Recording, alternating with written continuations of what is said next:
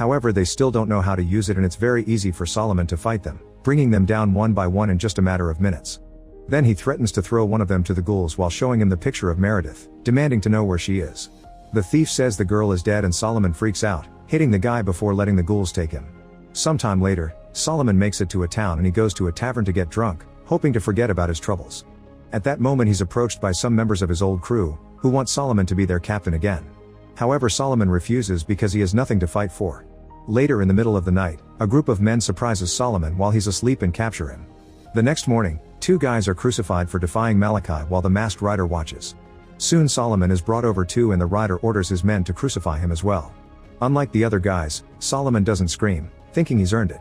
Once Solomon passes out, the masked rider rides away with his group.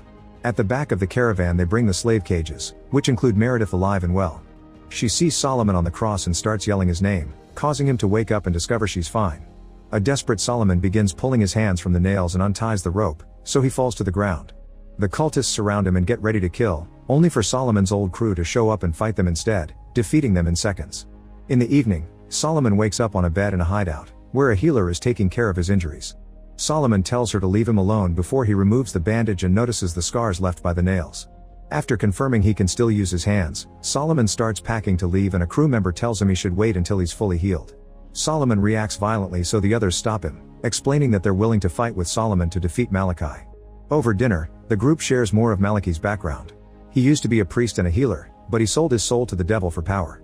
The masked rider follows Malachi's orders, and rumors say he has no face under the mask. Solomon points out they must kill Rider first to leave Malachi vulnerable, and the group tells him the enemy's base is Exmouth Castle, which shocks Solomon because that's where he grew up. The crew informs him the lord of the castle died, so Solomon becomes even hungrier for revenge and orders everyone to get ready. Sometime later, Solomon and the crew sneak into the castle's ground through a hidden tunnel that Solomon remembered from his childhood. The witch from before appears on a balcony and throws a skull at the same time that Solomon throws his sword, killing her. The skull shatters on the ground as an alarm, and tons of cultists come out to start a fight. As men begin to die all over the place, the masked rider also comes out and starts killing the crew one by one. Solomon rushes to stop his attack and tells his men to run and hide since they can't win this. As the crew gets away, Solomon fights the rider, who soon pushes Solomon back, and he uses the chance to hide behind a door, locking it so he can't be followed. Afterward, Solomon sneaks through the corridors, hiding whenever the cultists pass by.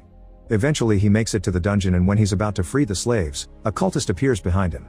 Solomon kills pretty quickly and then uses his keys to open all the cells. Unfortunately, Meredith isn't among the prisoners.